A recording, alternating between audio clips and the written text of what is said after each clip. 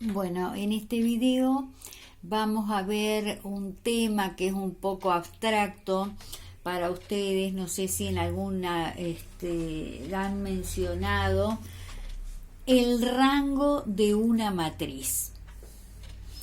Este tema está en los apuntes que yo les di en el PDF que yo les he dado. Está en la página número 13, porque lo último que les di es traspuesta de una matriz, y en esos apuntes, como son copias de libros, sigue inversa de una matriz, pero es conveniente dar previamente el rango de una matriz. Bien, les decía que era un tema un poco abstracto, que para poder definirlo correctamente vamos a ver dos conceptos previos, que los vamos a ver por ahora ligeramente, y en la unidad de espacios vectoriales los vamos a ver bien con mayor profundidad. Bueno, ustedes han podido ver que cuando definimos una matriz, yo les había dicho que era la yuxtaposición de vectores filas, es decir, poner vectores filas unos junto a otros, o también la yuxtaposición de vectores columnas, concepto idéntico al anterior. Eso era uno de los conceptos de matrices, ¿no es cierto? Bien, entonces, para poder definir correctamente al rango, vamos a ver dos conceptos previos. El primero es combinación lineal. ¿A qué me refiero cuando yo digo combinación lineal? Hacer una combinación lineal es expresar un vector como la suma de otros multiplicados por un escalar. Es exactamente eso, hacer una combinación lineal. Por ejemplo, vamos a decir, para que ustedes lo puedan percibir perfectamente, es lo siguiente. Yo digo, el vector B es combinación lineal de los vectores B1, B2, B sub n, porque yo lo puedo expresar como la suma de esos vectores multiplicados cada uno por los escalares alfa 1, alfa 2, alfa sub n respectivamente. Eso en forma general, ¿no es cierto? Entonces, para que ustedes vean en un ejemplo bien concreto, yo digo, el vector, uno cualquiera, 2, 3, 4, es igual a la suma de este vector I, de este vector J y de este vector K en el espacio, ¿no es cierto?, multiplicados cada uno de ellos por los escalares 2, 3 y 4. Es decir, si yo hago esta operación, es decir, esta que tengo indicada ahí, realizo esa operación, la suma de esos vectores por cada uno de estos escalares me da este vector. Es decir, he expresado a este vector como la suma de estos tres multiplicados cada uno de ellos por estos escalares. Eso es hacer una combinación lineal. Otra, por ejemplo, el vector 1, 2 multiplicado por 2 más el vector menos 4, 1 multiplicado por 3, eso es igual al vector menos 10, 7. Este vector es combinación lineal de este y de este. Gráficamente, para que lo vean, miren, he hecho este gráfico. Este es el vector 1, 3. 1, 2, quiero decir. es el vector 1, 2. Y este otro es el vector menos 4, 1. Entonces, este es el vector, ¿no es cierto?, combinación lineal, que es el vector menos 10, 7, este que está acá. Entonces, fíjense que lo que quiere decir, ¿no es cierto?, que acá lo tengo gráficamente, yo digo que el vector este menos 10, 7, ese vector es igual a 2 veces este otro, este vector 1, 2, una vez, 2 veces, una vez, 2 veces, más, ¿no es cierto?, 3 veces el otro vector. Fíjense, acá lo tengo marcado. Esto es el vector menos 4, 1, una vez, 2 veces, 3 veces. Entonces, a este, si yo lo descompongo según esas dos direcciones, ¿no es cierto? Acá hay un ángulo recto y acá hay un ángulo recto. No, disculpen, no. Repito, este vector menos 17, ¿no es cierto?, yo lo proyecto según esta dirección. Esto es el vector este, es decir, es paralelo a este vector. Entonces, este vector es la suma de este más este multiplicado por 2 y a este multiplicado por 3. Entonces, acá gráficamente se ve, repito, este vector es la suma de este por 2, es decir, es 2 veces ese vector, más esto, que es 3 veces este vector. Entonces, la cuentita que hemos hecho es esto, 2 veces el vector 1, 2 más 3 veces el vector menos 4, 1, eso es igual al vector menos 10, 7, que es lo que tengo en este dibujo. Eso es hacer una combinación lineal. Repito, es expresar un vector como la suma de otros multiplicados por un escalar. Ese es el primer concepto que vamos a necesitar. El otro concepto es el concepto de independencia lineal. Decimos que cuando la única forma de expresar el vector nulo como combinación lineal de otros vectores es con escalares iguales a 0, entonces esos vectores se dicen linealmente independientes. Repito, entonces, cuando la única forma de expresar el vector nulo como combinación lineal de otros vectores es con escalares iguales a 0. Entonces, los vectores se dicen linealmente independientes. Linealmente independientes. En este caso, por ejemplo, si yo quiero expresar el vector nulo como la suma de estos dos vectores, del i y del j en el plano, multiplicado por escalares, la única forma que lo puedo hacer es que con los escalares iguales a 0.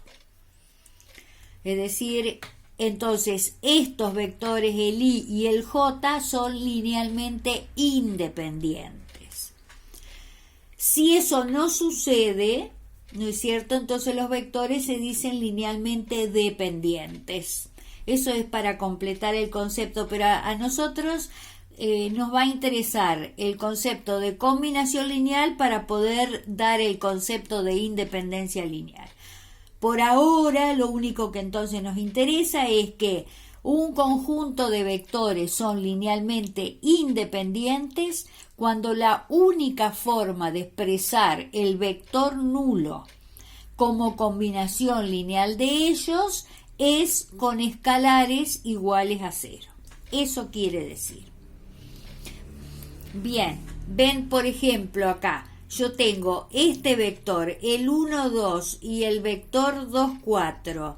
Si yo quiero expresar el vector nulo como combinación lineal de ellos, hay escalares distintos de 0. Por ejemplo, a este lo multiplico por menos 2 y a este lo multiplico por 1. Entonces, ahí me queda el vector nulo expresado como combinación lineal de estos dos, que no es con escalares nulos. Son distintos de 0 los escalares. Entonces, estos vectores, fíjense que son paralelos estos vectores. Las componentes homólogas son proporcionales. Entonces, esos vectores son linealmente dependientes. En cambio, estos vectores, los vectores linealmente independientes, tienen distintas direcciones. O bien este y este tienen distintas direcciones. Ninguno de los dos son paralelos. Bien, más adelante vamos a profundizar sobre eso, pero es lo único que me interesa a mí por ahora. Entonces, yo les decía que hacemos todo esto para estudiar el rango de una matriz. Entonces, ¿cuál sería el concepto correcto de rango de una matriz? Es el máximo número de vectores linealmente independientes, vectores filas o vectores columnas de una matriz linealmente independiente.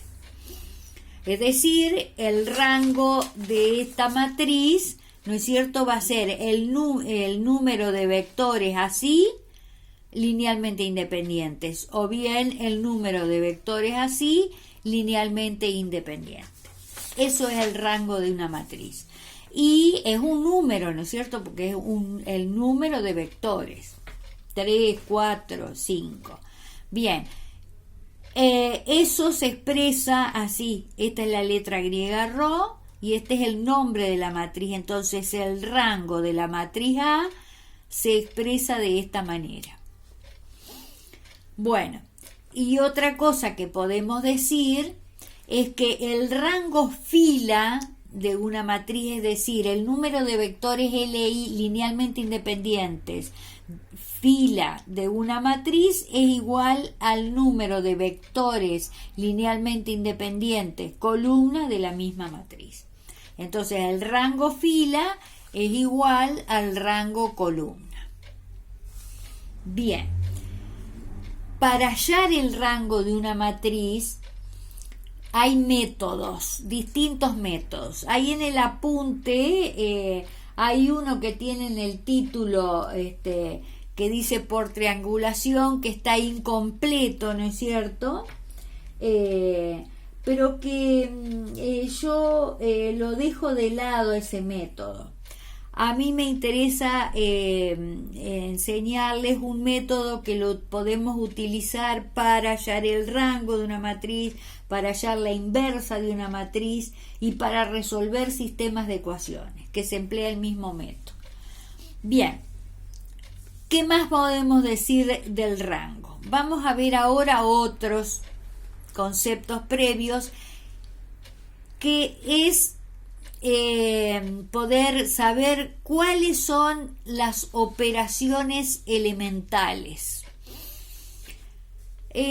Nosotros podemos hacer este tipo de operaciones sobre las filas o sobre las columnas de una matriz, y son 3. La primera es permutación de 2 líneas entre sí. Cuando yo digo líneas me refiero a fila o columna, cualquiera de las dos, para no repetir lo mismo en 2 oportunidades. Entonces digo permutación de 2 líneas entre sí, es decir, cambiar de lugar una fila por otra o una columna por otra. Esa es una operación elemental. Otra operación elemental es adición de una línea a otra. Es decir, yo sumo una fila los elementos correspondientes de una fila, le sumo los elementos de otra, correspondientes de otra. Por ejemplo, a ver, yo acá tengo, estos son los elementos de una matriz y la adición a la que se refiere acá, yo digo, puedo decir, a la segunda fila le sumo los elementos de la primera. Entonces hago 3 más 2, menos 1 más 0, 1 menos 2. Eso es adición, en este caso, de una fila a otra. Y la tercera y última es la multiplicación de los elementos de una línea por un número distinto de 0. Entonces las operaciones elementales son 3. Permutación de dos líneas entre sí, adición de una línea paralela a otra, quedaría mejor, porque yo lo que puedo hacer es sumar los elementos correspondientes de una línea, de una fila, más los elementos correspondientes de otra fila. No puedo sumar elementos de una fila más los elementos de una columna, eso no. Y la tercera operación elemental es el producto, la multiplicación de los elementos de una línea, fila o columna, por un número distinto de 0. Por ejemplo, los elementos de la primera columna por 3. Entonces me queda 3 por 2, 6, 3 por 3, 9, 3 por 1, 3. Eso es una operación elemental. Entonces, ¿para qué me sirven esas operaciones elementales? Si yo hago operaciones elementales sobre las líneas, fila o columna, de una matriz, se obtiene otra matriz. Pero lo que pasa es que su rango no varía. Yo obtengo otra matriz con otros elementos distintos, pero va a tener el mismo rango que la anterior. Entonces se dice que la matriz original y la nueva matriz no son equivalentes. Entonces, si yo hago operaciones elementales sobre las líneas de una matriz, obtengo otra matriz que tiene el mismo rango que la primitiva. Bueno, para hallar el rango de una matriz hay métodos. Es decir, se puede hacer relativamente con las operaciones, se utilizan las operaciones elementales en forma libre, pero yo les decía que a mí me gusta el método de Gauss-Jordan, para hallar el rango de la matriz, porque me sirve ya para hallar la inversa y después me sirve también el método para resolver cualquier sistema de ecuaciones. Bueno, hasta acá este video, para no hacerlo tan largo. En el próximo vamos a ver el método de Gauss-Jordan.